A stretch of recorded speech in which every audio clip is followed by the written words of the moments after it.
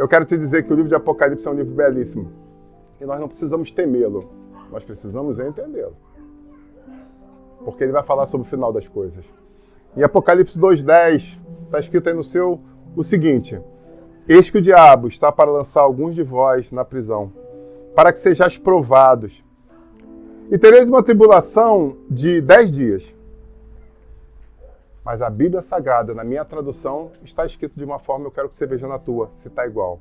Porque ele diz: ser fiel até a morte, e dar-te-ei a coroa da vida. A Bíblia me fala que se eu for fiel até a morte, eu receberia uma coroa. E eu creio que eu vou receber essa coroa em nome de Jesus. Você está nisso comigo? Amém. Então, vamos andar em direção ao recebimento da nossa coroa. Amém. Sabe, está muito em voga essa questão da agropecuária, né? A questão das super safras, de todo o desenvolvimento tecnológico. E aí eu comecei a refletir sobre isso nesses dias. E aí me veio essa ministração para vocês. Quando nós temos um campo, quando nós temos um trabalho a ser feito, quando nós temos uma empresa, quando nós temos uma loja, o que nós precisamos para compor esse sonho, para que esse sonho se torne realidade? Nós precisamos de quê? De funcionários. Porque a menos que você tenha uma barraca de churros, que você prepara a massa, você vai lá, enrola o coisa, bota para fritar, você tira da fritura e bota na canela, vende, dá o troco, a menos que você seja esse tipo de empresário, se você tem uma loja, se você tem uma empresa, se você tem uma fazenda, você precisa de pessoas para ombrearem contigo isso. Amém? Perfeito. Então eu preciso dizer o seguinte: se eu quero ter uma grande coisa, se eu sou um visionário, e eu sei que tem pessoas aqui que são da iniciativa privada, tem pessoas aqui que já são hoje empresários, tem pessoas aqui que sonham em ser empresários. Quando você tem um sonho, esse sonho tem um preço. E todo sonho que tem um preço também tem um peso. Amém? Então eu tenho um sonho, e se esse sonho eu quero que ele deslanche, eu tenho que pensar duas coisas. Vai ter um peso e vai ter um preço. Amém? Concordam comigo? Pois bem, ninguém que se mostra covarde diante de oportunidades consegue enriquecer. Talvez seja a primeira reflexão que eu divido com você. Às vezes as pessoas chegam diante de você com chances, com oportunidades de investimento, de abertura. Você tem um sonho, você tem uma perspectiva, você teve um insight, você viu que existe uma demanda reprimida, às vezes, de um mercado. E aí você fala, cara, se botar um negócio aqui, esse negócio vai lucrar. Quem já teve isso? Já teve essa visão? Chegar e olhar e falar assim, cara, essa rua aqui, o sol é muito quente, o pessoal passa aqui com cara de sedento. Se eu botar uma barraca vendendo água, vendendo coco aqui nesse meio de caminho, eu vou vender e vou ganhar um dinheiro. Quem já teve um insight desse? Por que ninguém nunca fez isso? Será que é porque você é essa pessoa que Deus está colocando no coração para ser esse abençoado? Quantas vezes acontece isso? Mas nós fazemos parte de uma sociedade, e a gente vai trabalhar isso, que é tão acomodada, que está tão acomodada, eu vou até trocar, que está tão acomodada, que muitas vezes pepitas de ouro estão quicando na nossa frente e a gente olha e fala, caraca, se fosse menos pesado eu pegava. Mas, pô, pepita de 5 quilos, pô, podia ser de 2, né? Cara, pepita de 2 quilos de ouro ficava bom, mas não, aquela ali, 10 quilos, não, eu vou ter que carregar 5 quilômetros, não, é demais para mim. Deus sabe que é um fardo insuportável para mim. Então tá bom, deixa o ouro lá, não tem problema. Não vamos brigar por causa disso. O fato é, quando algumas pessoas tomam a iniciativa, algumas pessoas têm coragem de fazer e outras não, eu preciso que você, que está lendo o livro de Provérbios, me diga o que você leu hoje em Provérbios que se encaixa nisso. Deixa eu explicar. A igreja está num propósito de leitura, de jejum e oração por 40 dias. E nós colocamos um propósito de ler um capítulo de Provérbios por dia e fechando com um capítulo de Eclesiastes para poder fechar o nosso tempo. Então hoje, na nossa cronologia, chegamos em Provérbios 14. Nesse capítulo que a igreja leu hoje, lá no verso 30, vai falar uma coisa muito interessante.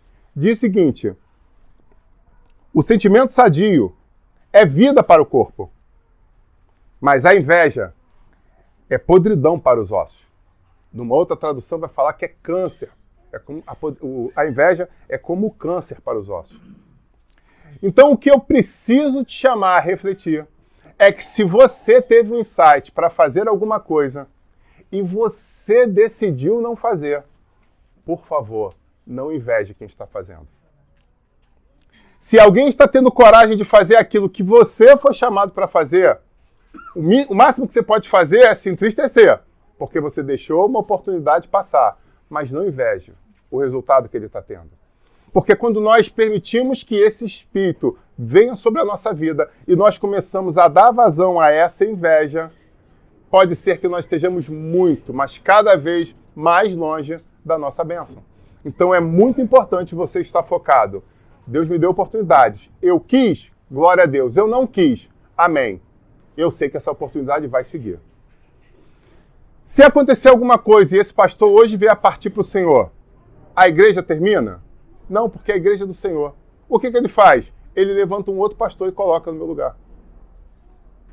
Mas se dentro de nós tivermos pessoas que têm chamado pastoral, mas não se prepararam para tal, ele vai entregar a noiva dele na mão de alguém que não tem um cuidado, um esmero? Não, ele vai pegar um de fora, vai trazer, vai compor e vai fazer com que aconteça. É só um exemplo que eu trago para vocês para lucidar, para ilustrar. Então, muitas vezes nós somos chamados para algumas coisas onde nós estamos esperando, parado na frente do streaming, com um balde de pipoca desse tamanho, comendo pipoca, falando, Senhor, Tu sabes o sonho que Tu tem na minha vida. Eu sei a profecia que já foi falada pela boca de 8 profetas em 4 estados diferentes da nação. Então eu creio que isso vai se cumprir. Então estou aqui, ó, Senhor, esperando o momento certo para assumir aquela igreja. Você já fez teologia? Você se formou no seminário? Não, Senhor, eu estou aqui, eu já consegui assistir 6 temporadas do Game of Thrones, 8 daquele Friends, já assisti 8 de Friends, sou especialista, já assisti 2 vezes, inclusive, já conheço até algumas falas. O quanto você está andando em direção ao teu sonho? Ou, de repente, alguém chega e fala, eis que Deus te mostra administrando uma empresa. E aí você fala amém, sapateia no poder, aleluia, gira no manto, glória a Deus, se arrepia todinho, arrepia até os cabelos da orelha, meu. Até a orelha arrepiou, glória a Deus por isso, amém. E o que você foi fazendo? Aí chega alguém no dia seguinte e fala, ó, acabei de ver um negócio aqui, o que? Acabei de receber um e-mail. Faculdade de Administração, 70% de desconto. E para mim e para mais um amigo. Você quer? Que 70% de desconto? Não. Pode ser que eu perca o emprego daqui a 2 anos e não consiga terminar de pagar.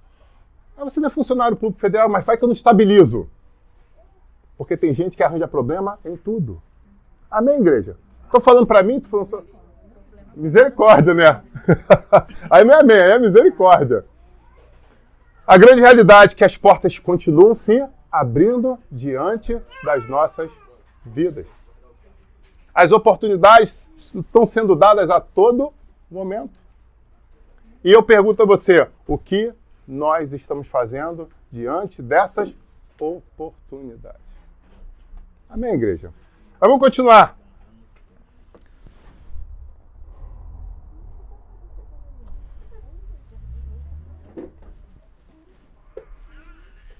A gente falou sobre grandes empresas, grandes negócios, mas agora eu queria me focar na pecuária, na agropecuária. Quando a gente pega, lá no passado, na época de Jesus ainda, nos primeiros séculos, as pessoas viviam predominantemente disso. Amém, ok. Mas a pergunta é, se eu tenho uma grande empresa, uma grande fazenda, né, e essa grande fazenda tem uma possibilidade produtiva muito grande, é uma terra boa. Todo mundo diz que é uma terra boa. Os meus vizinhos plantam e eles tiveram boas safras. Eu preciso fazer o quê? Eu preciso fazer algumas preparações. E no outro momento eu posso até pregar sobre isso, fazer uma ministração sobre isso, sobre como é preparar a terra para que os nossos sonhos se tornem realidade. Então existe a preparação da terra. Tem gente aqui que é do interior e já me olhou assim com um olhar diferente, assim, disso eu entendo. Agora está na minha vibe, né? Já tem uns interioranos aí que já olharam, já balançou a cabeça, sorriu, abriu um sorrisinho de canto. Glória a Deus pelas respostas emocionais. Mas qual é a grande questão? Eu tenho uma fazenda, eu preparei a terra, tá tudo aqui pertinho. Eu tenho dinheiro no investimento, eu tenho as sementes, eu tenho mais... Tá tudo aqui. E aí eu saio para contratar pessoas para trabalhar na lida. Porque hoje você pensa em agronegócio, com máquinas tecnológicas gigantescas, fantásticas, mas até não muito tempo atrás, o que nós tínhamos era o quê? Pessoas que tinham que preparar a terra, tinham que arar a terra, tinham que abrir os sulcos, colocar as sementes, fechar, e ali de vez em quando para ver, botar o espantado da vida lá para tentar expulsar os corvos, se fosse os passarinhos. Traduzindo, você tinha que tomar um monte de ações manuais para as coisas acontecerem. Não é isso? Então, diante dessas muitas coisas manuais, você precisava contratar muitas pessoas. Isso também é fato. Mas eu pergunto para você, quando eles saíam para contratar, eles saíam para contratar como?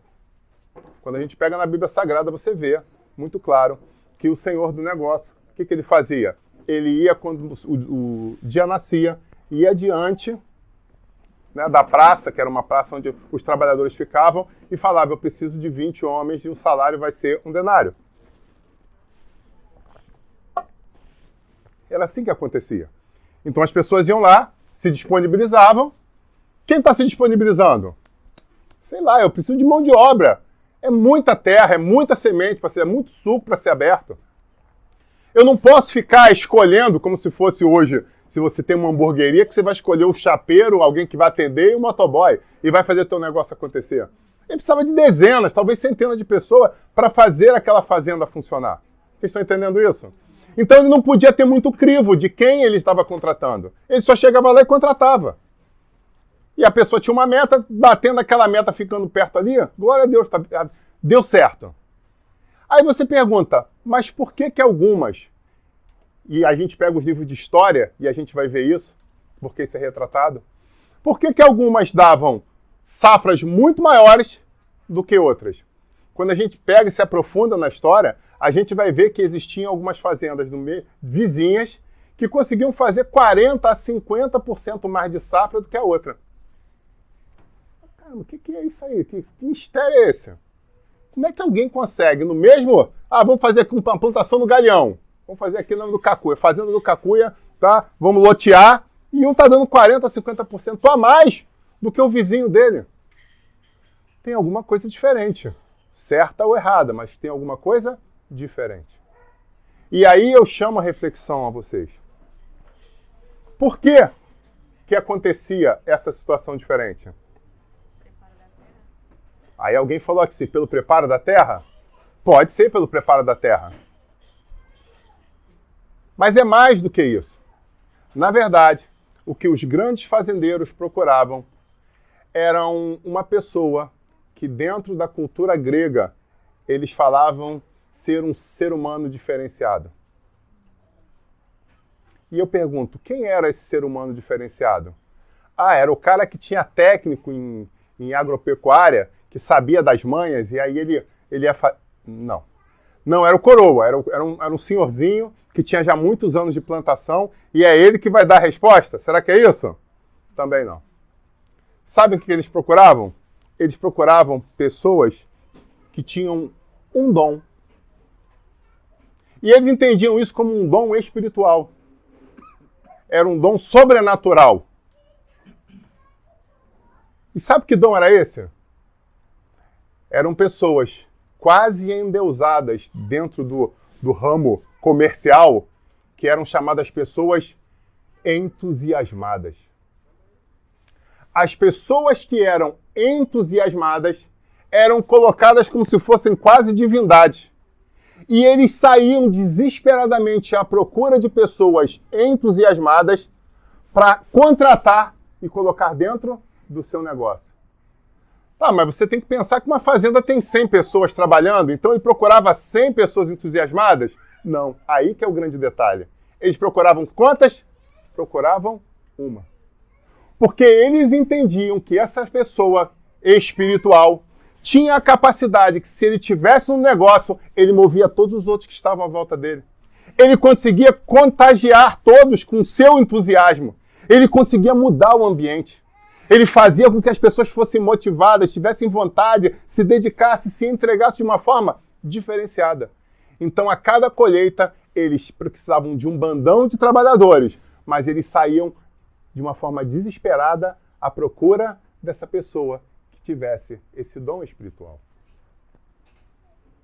Será que hoje, quando a gente pensa em negócios, seria diferente?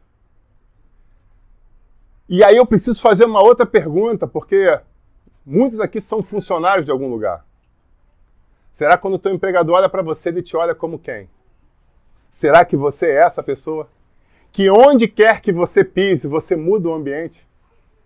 Quando você abre a boca, você traz alegria, traz reflexão, traz construção, traz edificação? Ou será que você é aquele rixoso que seu time de futebol empatou no dia anterior, acabou o mundo? Não vou nem dizer quando perde, porque quando perde você falta. Eita, Jesus, é mistério. Eu trabalhava com uma pessoa que era assim, né? Ele era fluminense, né? Aí quando o Fluminense perdia, ele não ia trabalhar na segunda-feira. Preciso dizer que... Deixa pra lá, né? Ó, não julguem. E não olha pro Paulino, não tem nada a ver com ele. Ele é fluminense, mas ele vai trabalhar na segunda-feira. Faça chuva, faça sol, seja o momento que o Fluminense esteja, ele não permite que as emoções dele sejam tocadas por isso.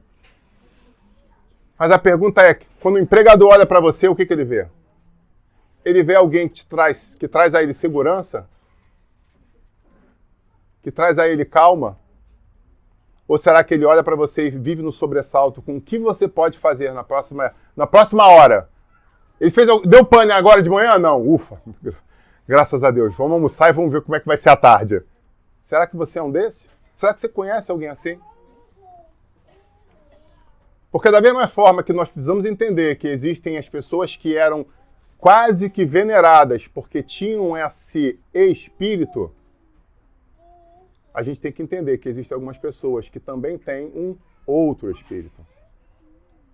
Que são aquelas pessoas que quando chegam no ambiente, a luz até queima, meu amigo. Já viu isso?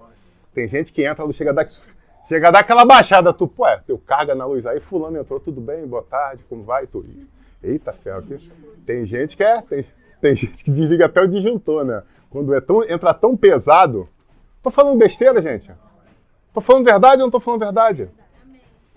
Tem pessoas que você começa a conversar com elas. E aí, como é que tá? Não sei o que tal. Como é que foi seu final de semana? Você, maravilhoso, passou um final de semana. É porque eu não vou expor pessoas aqui, porque, né, nós temos diversas classes sociais. Mas, por exemplo, teve uma pessoa que mostrou que eu tenho muito que aprender na vida ainda. Eu falei assim, poxa, eu fui numa pousada com a minha esposa. Ele, também fui numa pousada. Foi muito legal, fiquei muito empolgado, eu também. Só que estava muito frio, e aí, quando eu estava lá, eu peguei um resfriado. Ele, não, eu não peguei resfriado, não. Ele, que sorte. Qual foi a situação? Não, é que na minha pousada o chão era aquecido. Aí eu... Desculpa aí. Eu liguei o chuveiro, sentei no chão e fiquei tomando banho sentado no chão, porque o chão do banheiro era aquecido. Eu falei, Jesus, eu nem sabia que existia isso. Eu tenho muito que aprender na vida ainda, cara. Meus 49 anos não me ensinaram quase nada. Então são classes, né? São classes diferentes, são experiências. Glória a Deus por isso. Mas eu resguardo nomes por questões éticas. Eu não quero expor. Eu conto milagre. Como dizer, eu conto milagre, mas não conto o nome do santo, né? O fato é, seja em que situação que você esteja, em que situação você se encontre, qual é o nível de experiência que você tem? Talvez você esteja no nível de executivo de uma grande empresa. Talvez você esteja no meio de caminho de gerência. Talvez você hoje seja peão de chão de fábrica, como dizem na gíria. Talvez você seja chão de fábrica. Eu não sei como você está. A grande questão é que eles procuravam essas pessoas para compor esses locais. Pessoas que fossem entusiasmadas. Só que a gente vai mais à frente. O que é entusiasmo na língua portuguesa? Pergunto eu a você. O dicionário me diz o seguinte: estado de exaltação de espírito de quem recebe, por inspiração divina, o dom da profecia ou da adivinhação. Está encaixando com o que eles procuravam? Está encaixando. Você sabia que entusiasmo na língua portuguesa quer dizer isso? Interessante, eu acredito que não sabiam. Mas não termina aí. Ele vai dizer mais. Dedicação fervorosa, um ardor, uma paixão, uma alegria intensa, um júbilo. Então é a segunda coisa que o dicionário vai falar sobre pessoas que têm entusiasmo. Mas aí quando a gente entra na etimologia da palavra, no grego, aí as coisas abrem um sentido pleno. Porque na etimologia da palavra vai falar. E essa palavra quer dizer enteos. É isso mesmo, enteos. Pede só para tua mãe tirar um pouquinho do teu olho para você poder me enxergar direito. Agora a gente está se vendo. Sou o pastor Adriano, seja bem-vinda. Tá? Eu espero ser o pastor da sua vida e da sua família. Em nome de Jesus. E com isso ser muita bênção para vocês. E ela riu. Quem viu, viu. Ela riu ou não riu? Ela riu. Aí, quem está aqui na frente viu. Ela riu. É isso mesmo, testificando. Amém? Ela abriu o sorrisão, gostou. Eu até me perdi diante disso. Fiquei até emocionado. Sorte que eu sou casado, senão eu ia ficar balançando. Se no passado a mulher tivesse rido assim pra mim, eu acho que eu... Glória a Deus que não riu.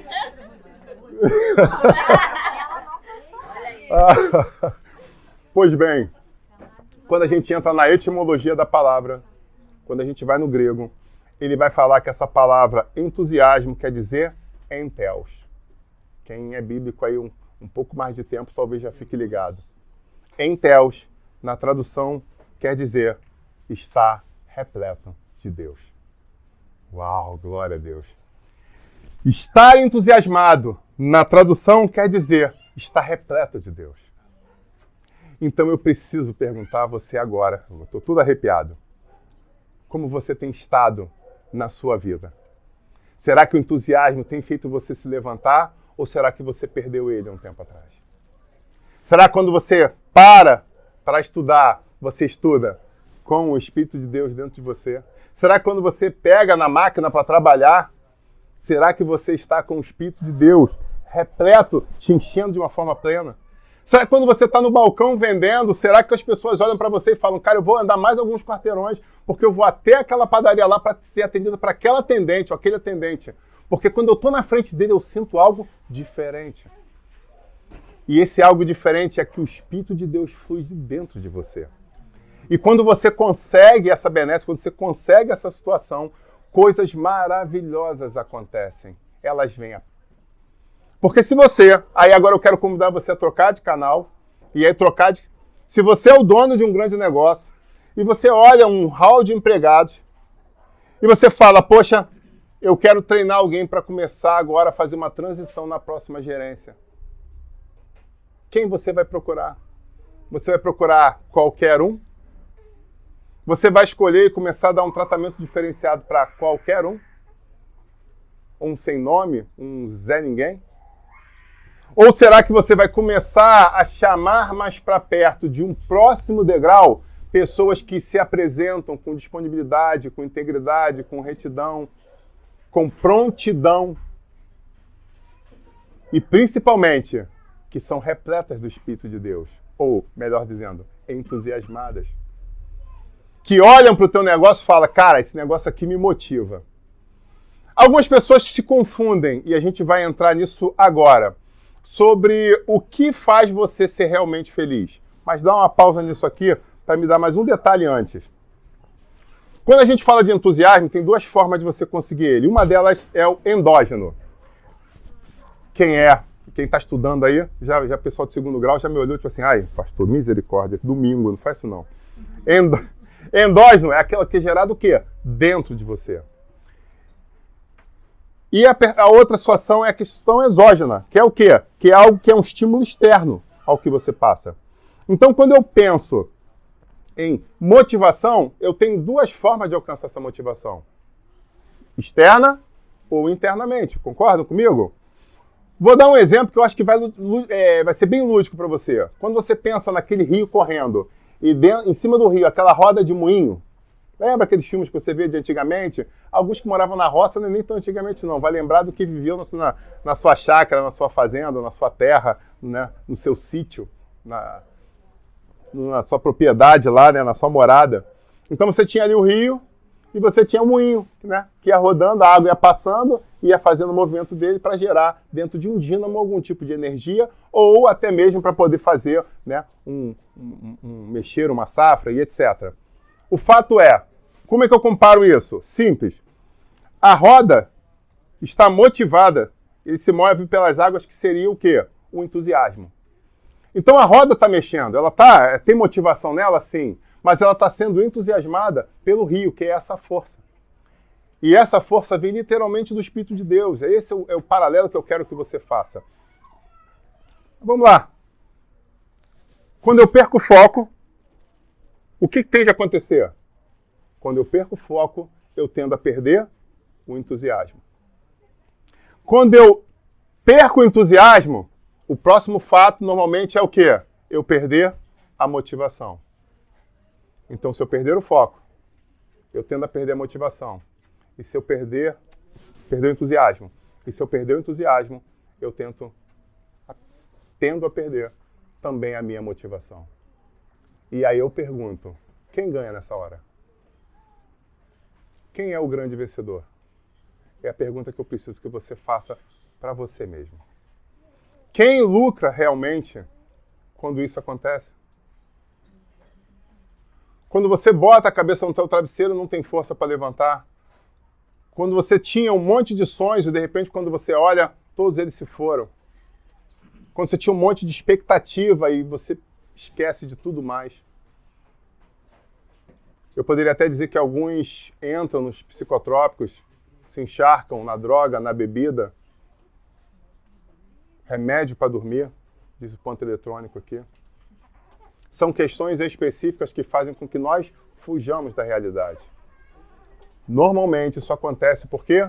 Porque nós andamos por um caminho gradativo. E o que eu quero te convidar essa noite é, como disse lá no começo, nós veremos que existem diversas portas diante das nossas vidas, que são oportunidades. Nós hoje teremos a oportunidade de parar no final dessa mensagem, olhar para as portas que estão diante de nós e decidir pelo caminho correto. Amém, igreja? Vamos lá.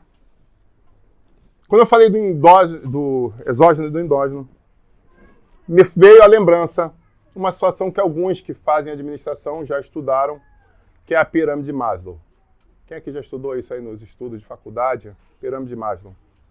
Acredito que muitos aqui já tiveram esse prazer. E a pirâmide de Maslow vai falar sobre as questões basilares do ser humano. O que o ser humano busca mais? E ele coloca como 5 degraus. Sendo o degrau mais baixo, o mais largo, que é o basicão de tudo, fisiológicas, exatamente. É o basicão, ele vai falar o quê? Sobre a questão de necessidades fisiológicas básicas ainda. Ele ainda coloca o básicas ainda. O que vai ser isso, pastor? Alimentação, vai ser o sono, um abrigo, um lugar para coberto. Então, se você tem isso, você consegue construir o quê? A base da pirâmide, que é o largão. Tendo isso, você se sentir o quê? Satisfeito. E aí, o que você pode fazer? Evoluir. Que aí ele vai evoluir para o quê? Necessidade de segurança, que é a segurança física, é a questão de emprego, né? de ter uma sobrevivência melhor. Então é o caminho de cima, né? O canal de cima. Então, beleza, eu já tenho onde morar, eu já tenho o que comer, o meu emprego já está garantido, então já consegui completar a 4ª fase. E aí eu pergunto, você está feliz com isso ou ainda não? Se você não está satisfeito, se você ainda quer um algo a mais, se você quer literalmente, né, vou botar entre aspas, evoluir, você vai para o 3º, que entra pelas necessidades sociais. As necessidades sociais vão falar sobre, primeiro, ter medo de solidão. Então, quando você tem medo de solidão, você quer o quê? Ser aceito por um grupo. Fazer parte de algo, ter uma sensação de pertencimento. E aí entra o papel da igreja, nesse 3º degrau. Né? Acolher, juntar, trazer você como família, né? Fazer parte de um corpo. A igreja está exatamente nessa situação. E aí você fala, pastor, estou exatamente nisso. Eu tenho casa, eu tenho emprego, eu tenho uma vontade, eu senti a solidão e agora eu estou me sentindo pertencente a algo. Estou aí. De repente, muitos de vocês vão falar assim, exatamente aí que eu estou nesse 3º degrau. Então, glória a Deus, que tem olho para baixo, tem um monte de gente que está se satisfazendo com o mínimo. Alguns, eu vou dizer, né, a classe D talvez suba. E não é à toa que tem essas classes, talvez seja uma outra forma de falar a mesma coisa. E a classe média talvez fale, poxa, eu quero esse terceiro degrau, eu quero seguir para esse caminho, eu quero algo a mais. E aí entra a questão do pertencimento, você pagar um clube, você fazer parte de um Rotary da vida, né, e etc. Traduzindo, pertenço a algo que marca a sociedade. Mas tem o segundo degrau. E o segundo degrau vai falar sobre autoestima. E aí ele vai falar sobre a questão de status no contexto social. De você se sentir prestigiado. É uma outra área. É uma outra situação que alguns querem sentir. Mas aí tem um pico. E o pico da pirâmide de Maslow vai falar sobre a autorrealização. E aí você pergunta, o que é essa autorrealização? Ele explica como sendo a busca de satisfação pessoal, busca das metas individuais para atingir algo chamado sucesso. Então eu pergunto para você, em que posição você se encontra hoje? Porque talvez você chegue e fale para mim, pastor, eu estou na classe D, eu estou no segundo degrau. Eu passei fome, eu fui mendigo na minha vida. O senhor não sabe a minha história. Eu saí da mendicância, consegui aprender um ofício específico de varrer bem os quintais, e aí fiz prova para a Conlurb, e hoje eu sou varredor da Conlurb. Eu sou um dos melhores varredores do Rio de Janeiro. E eu vou falar glória a Deus por isso. E eu me sinto satisfeito com isso, eu me sinto completo com isso. Isso, para mim, é sucesso. Olha que profundo. Aí, de repente, você, classe média, de repente um servidor público federal com expectativa de aumento, de crescimento na carreira, você vai olhar para essa pessoa e falar assim, cara, o batente dela, o sarrafo dela é quase zero diante do que eu já conquistei. O que nós precisamos tomar cuidado é com o seguinte, de não julgar o próximo em cima dos nossos sonhos e das nossas metas. Nós precisamos ter muita maturidade para entender aonde cada ser humano quer chegar. Mas entenda bem, porque o que eu vou falar agora é muito importante e eu preciso que você não se desfoque. Por que você trouxe esse tópico agora de uma forma diferenciada, pastor? Porque tem muitos casamentos acabando exatamente por conta disso. Tem muitos casamentos, eu espero que não no nosso meio, mas talvez, que estejam em frangalhos por um fio exatamente por causa disso. Porque existem pessoas que estão no terceiro nível, olhando para o segundo, se esticando ao máximo para conseguir subir esse outro degrau. E talvez o cônjuge esteja lá no quarto, glorificando e exaltando, porque um dia foi quinto, e eu cheguei no quarto e a minha maior sonho é botar cimento no meu pé, concreto, um por um, meter um concreto com ferro, com pedra, quem conhece o negócio aí, eu estou tentando, estou na área dos outros agora, que eu não entendo nada disso não. Mas não é isso? Tu bota lá um por um, não é isso? O concreto, né? Aí tu mete lá com um por um, bota pedra, bota armação de ferro. Por quê? A única coisa que eu quero é que o meu chão não venha ruir, para voltar para onde eu estava. Para voltar para o quinto nível. Você está entendendo isso? Ou está abstrato para você? Está entendendo, amém? Amém. Isso faz lógica, tem sentido para você? Você está entendendo mesmo? Porque senão eu abordo de uma outra forma. O fato é, às vezes dentro de um casamento tem pessoas que estão com um pensamento totalmente difuso. E aí quando a gente entra na Bíblia, a gente vai ver sobre o jugo desigual. Muitas pessoas atrelam jugo desigual quando um crente casa com um não crente, como se fosse somente isso. Mas quando nós temos pessoas que crescem de forma diferenciada, e às vezes é até uma coisa que eu falo muito quando eu estou em gabinete, você está crescendo, você está fazendo, estimula o seu cônjuge a vir contigo. Estimula o teu cônjuge a sonhar contigo, a fazer algo a mais contigo. Porque normalmente você vai fazer e de repente essa outra pessoa vai olhar e falar assim, poxa, eu me orgulho tanto do que ela está se tornando. Mas pode ser que lá na frente isso que hoje é uma bênção pode se tornar um grande problema. Porque de repente a conversa vai mudar de uma forma exponencial. O ciclo social pode mudar de uma forma exponencial. As amizades vão ficar muito distantes. E aí o outro corre o risco de se sentir apequenado. Então é de suma importância que nós façamos o quê? Que nós andemos juntos, como casal.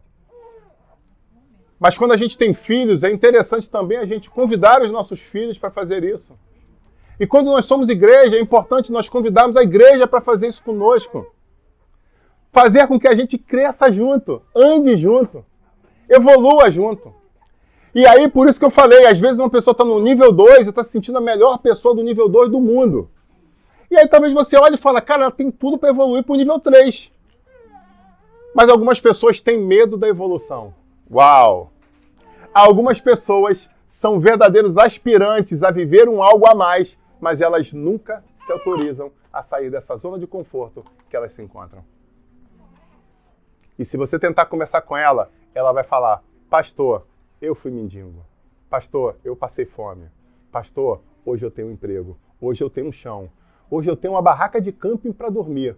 Hoje eu sou a pessoa mais feliz do mundo. Ela está mentindo? Não, ela está realmente feliz. O que eu hoje estou tentando trabalhar com você é conseguir entender de como você pode ajudar essa pessoa. Você pode, com muito carinho, entusiasmado, cheio do Espírito de Deus, convidar ela. Eu estou muito feliz pelas suas conquistas e vitórias até agora, mas eu quero convidar você a subir um pouco mais e ver as coisas de um outro prisma, num outro andar. Para que você possa ampliar a sua visão, ampliar os seus horizontes e ver que existem outras coisas boas que estão ao seu alcance, que você pode conquistar. Amém, igreja? Glória a Deus. Que nós possamos cuidar dos nossos casamentos. Sabe, é interessante, quando eu voltei a estudar, que eu convidei a minha esposa para fazer, né, uma pós-formação comigo. E ela falou, mas eu não quero trabalhar nessa área, eu não tenho essa expectativa, eu não tenho esse sonho. E é muito interessante, porque naquele momento, e até nos primeiros anos, ela, na verdade, nunca se entendeu. Ela muitas vezes fala assim, cara, eu fiz mais porque você perturbou para te deixar feliz. Mas no futuro, com o passar dos anos, ela entendeu. E ela se tornou uma pessoa diferenciada dentro do seu meio. E aí ela fala, agora eu entendo, porque tudo isso fazia parte de um sonho de Deus para a minha vida. Então, a possibilidade de, num momento de calma, de paz, andar um pouco a mais nas questões, nesse caso, educacionais, naquele momento ela não entendeu, mas ela obedeceu.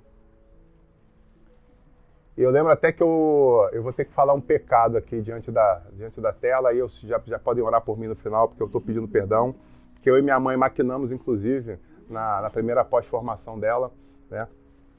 Que ela não quer, é muito dinheiro e tal. Aí minha mãe tinha um empréstimo consignado, né? Tu lembra disso, mãe? Aí eu cheguei e falei assim, onde esse empréstimo? Ela, num grande banco. Eu falei, vamos lá para ver quanto custa para quitar esse empréstimo. E aí nós fomos lá, vimos os juros absurdos, né? E eu falei, você vai fazer o seguinte com ela então. O juro que você não vai pagar dessa conta que eu quitei, você vai fazer uma coisa por mim. É do quê? Você vai oferecer para ela esse curso. Aí, na época ainda a Júlia era pequena, e ela falou assim, mas e a Júlia? Ela, não tem problema. Meu sogro, a Júlia está comigo. Então, sábado, quando você precisar ir para a pós-formação, você deixar comigo, eu vou ter o maior prazer de ficar aqui os meus sábados com ela para você estudar durante um ano. E assim nós fizemos, nós maquinamos, e aí ela, poxa, mas tua mãe está oferecendo, e eu, Jesus, me perdoa, que eu não vá pro inferno, pai, me perdoa. Me perdoa, pai, tô aqui publicamente pedindo. Aí ela, então eu vou fazer. Aí a gente, yes, deu certo. Aí ela, doida, fica com a neta, né, traduzindo. E aí ela foi fazer por quê? Não porque eu tava pagando, mas porque agora a minha sogra tava pagando. E no fundo, ela, se ela quisesse me dar o calote, ela dava o calote e ficava com... Era tudo. Minha sogra não dá calote, não. Minha sogra é sinistra. Meu Deus do céu, cara. Amém, igreja? Então nós precisamos entender que às vezes a gente precisa até de usar de estratégias. Talvez seja isso que eu quero dizer. Não minta, por favor. Eu me arrependi, já pedi perdão aqui publicamente. Mas ela estava tão resignada em não fazer, e era uma oportunidade maravilhosa. O reitor da faculdade me chamou e falou assim, cara, vocês têm um CR alto, vocês têm capacidade, continuem. E depois que a gente acabou após, ele falou assim, continuem. Aí dessa vez a gente não precisou armar nenhum esquema não, porque aí ela miou, mas no final das contas ela foi para um outro nível de formação. Foi quando a gente foi fazer o mestrado. E aí ela já aceitou sem ter que usar nenhum estratagema, né? Ela aceitou por aceitar. Sabe, meus irmãos, Deus está abrindo oportunidade diante de vocês. Está abrindo portas diante de vocês. A grande questão é o que você está disposto a fazer. O quanto você está disposto a andar para fazer com que esse sonho se torne realidade. Mas eu preciso te dizer que a gente está falando de ter Deus dentro de você, de entusiasmo.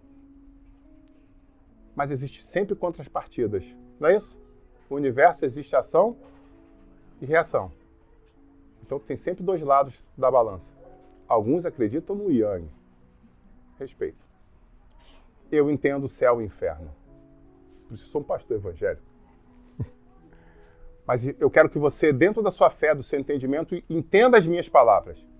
Porque tudo que você faz, por um lado, tem também um lado opositor, tem o outro lado da moeda.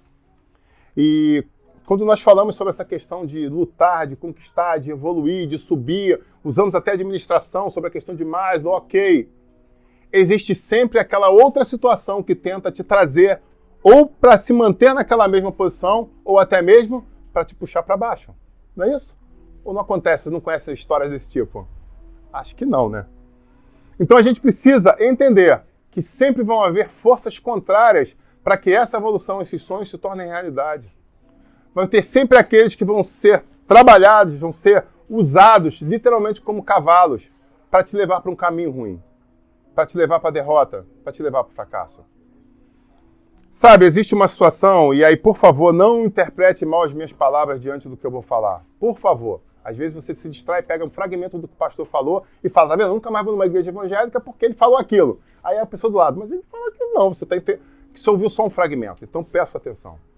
Existem algumas coisas que estão relacionadas à cultura grega, onde ele vai falar sobre o helenismo.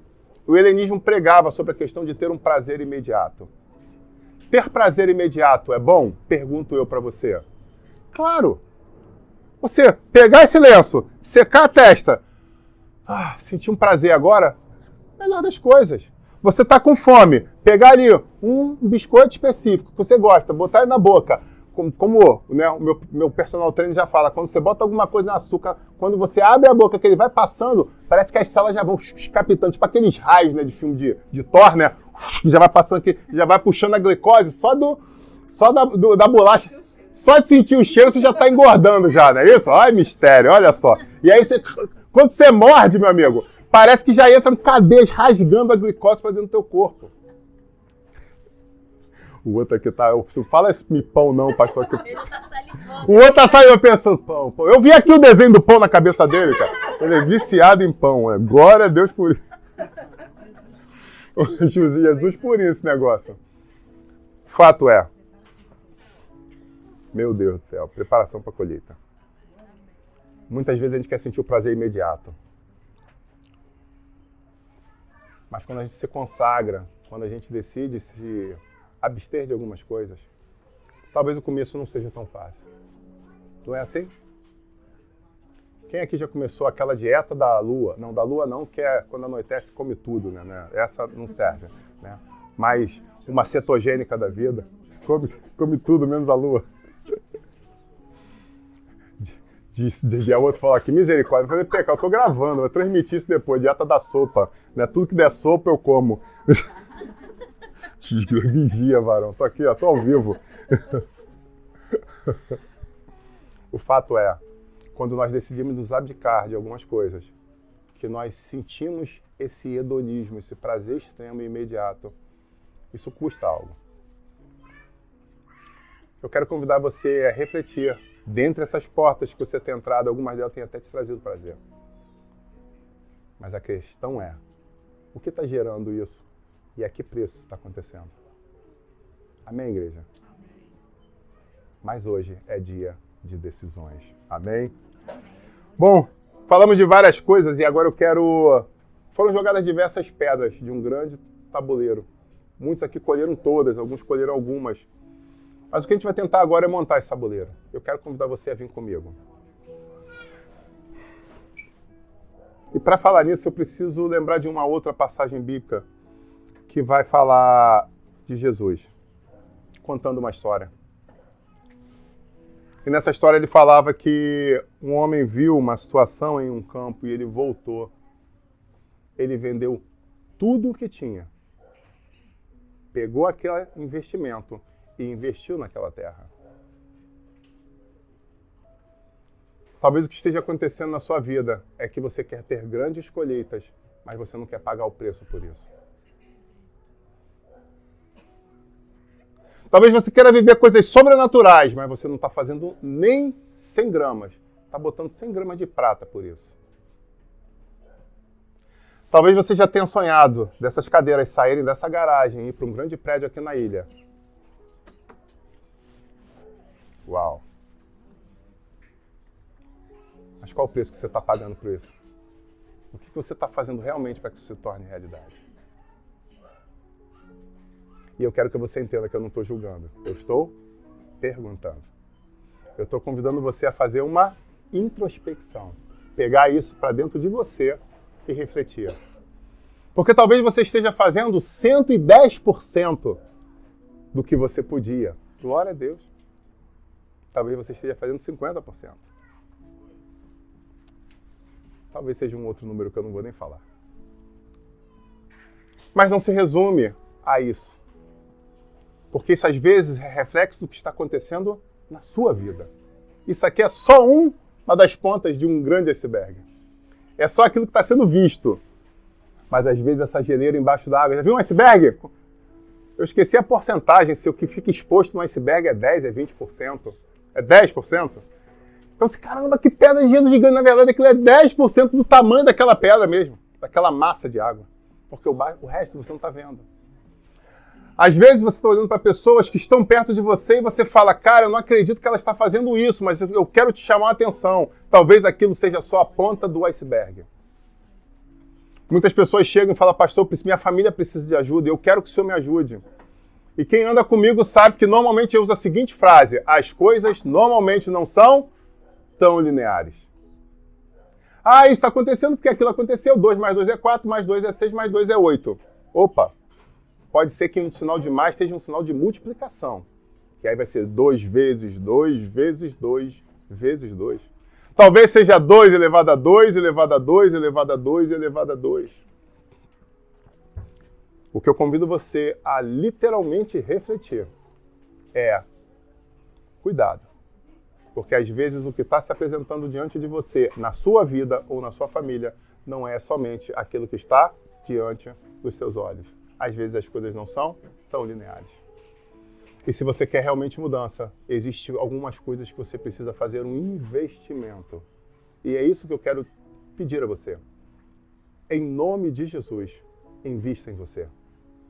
Invista em você. Pastor, mas você falou de algumas coisas, de empresa, de negócio, de igreja. O meu pedido essa noite é que você invista em você. Mas por quê, pastor? Porque eu preciso pensar somente em mim, ver naquela questão de hedonismo que você falou. Não... Vou explicar. Porque quando você começar a reinvestir em você, você tende a, de novo, achar o seu foco. E quando você acha o seu foco, você acha a sua motivação. E quando você acha a sua motivação, isso está relacionado ao seu entusiasmo. Então, o que eu quero profetizar sobre a tua vida essa noite é que o Espírito de Deus volte a se mover sobre ti, como há muito tempo não se move. Que a unção de Deus venha a te preencher, como há muito tempo não preenche.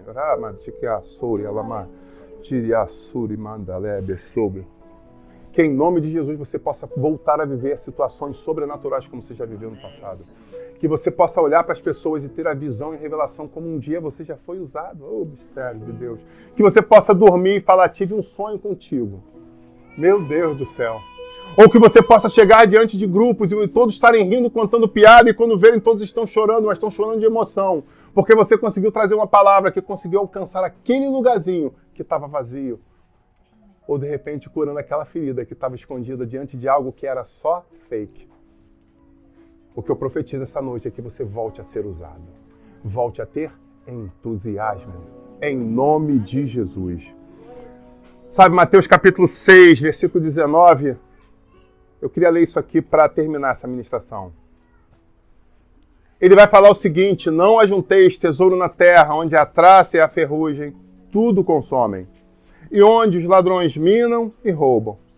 Mas ajuntai tesouro no céu, onde nem traça, nem ferrugem consomem, onde os ladrões não minam e nem roubam. Porque aonde estiver o vosso tesouro, aí estará o vosso coração. Esse texto é um texto muito conhecido, mas o Espírito de Deus sopra ele aos teus ouvidos agora, para que você reflita aonde você tem colocado aquilo que é mais precioso para você. Será que você está investindo nas coisas mundanas, nas coisas terrenas, nas coisas temporárias, ou você está investindo num reino espiritual? Sabe, algumas pessoas falam que Jesus é bondoso, que Jesus é amor, que Jesus é longânimo, que Jesus é eterno, isso é verdade, mas que ele não puniria um filho. Sabe, às vezes a interpretação errada da palavra faz com que muitos sejam destruídos. E é por isso que ele mesmo falou: vocês pecam por não conhecer as Escrituras e nem o poder de Deus. Porque se vocês conhecessem o poder do seu Deus, muitas coisas vocês não teriam medo. Se vocês conhecessem as Escrituras, muitas balelas que falam no teu ouvido, você não daria atenção. Porque você sabe que não é bem assim. Deixa eu te dar um aviso. Jesus é amor, sim, mas ele também é fogo consumidor. E Jesus hoje é advogado, mas o livro de João fala que naquele grande dia ele vai deixar de ser teu advogado para ser o quê? O teu justo juiz. E eu pergunto a você, um juiz, meu Deus do céu, essa parte vai ter que editar depois. Um juiz pode se corromper? Olha, eu vou ser bloqueado, daqui a pouco você não cai. Um juiz não vai se corromper. Mas a Bíblia coloca que ele não vai ser um juiz, não vai deixar de ser teu advogado para ser o teu juiz. A Bíblia fala uma outra palavra que se está ali. Não tem palavra à toa na Bíblia. A palavra fala que ele vai ser um justo juiz. E o que de repente passa pela tua cabeça em ser alguém que vai ser um justo juiz? É alguém que vai pegar a causa como um todo. Como diriam na gíria aqui no Rio, sem massagem. E vai julgar como tem que ser julgado. Porque para ele o certo é certo e o errado é errado. E ele fala que quando você tem a experiência com ele, ele fala: vinde como estás. Mas ele não fala: fique como estás. Talvez você já tenha alguns anos de evangelho. E eu pergunto: como está o teu nível de transformação? Como está teu nível de mudança? Como está teu nível de crescimento? Como está teu nível de entrega?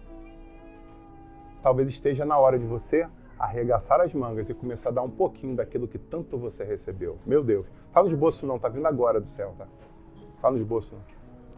Tava no programa, no script não. Não tá passando o prompt ali na frente não. É a revelação do Altíssimo. Deus manda te dizer que você durante muitos anos tem recebido e muito pouco você tem dado. Mas está na hora de você mudar essa história. Está na hora de você fechar essa porta de prazer imediato e começar a pagar preço. Deixa eu contar uma coisa. Você lê o livro de Atos, a experiência de Paulo com Cristo. Paulo caiu do cavalo, você conhece bem a história, eu não preciso contar ela aqui.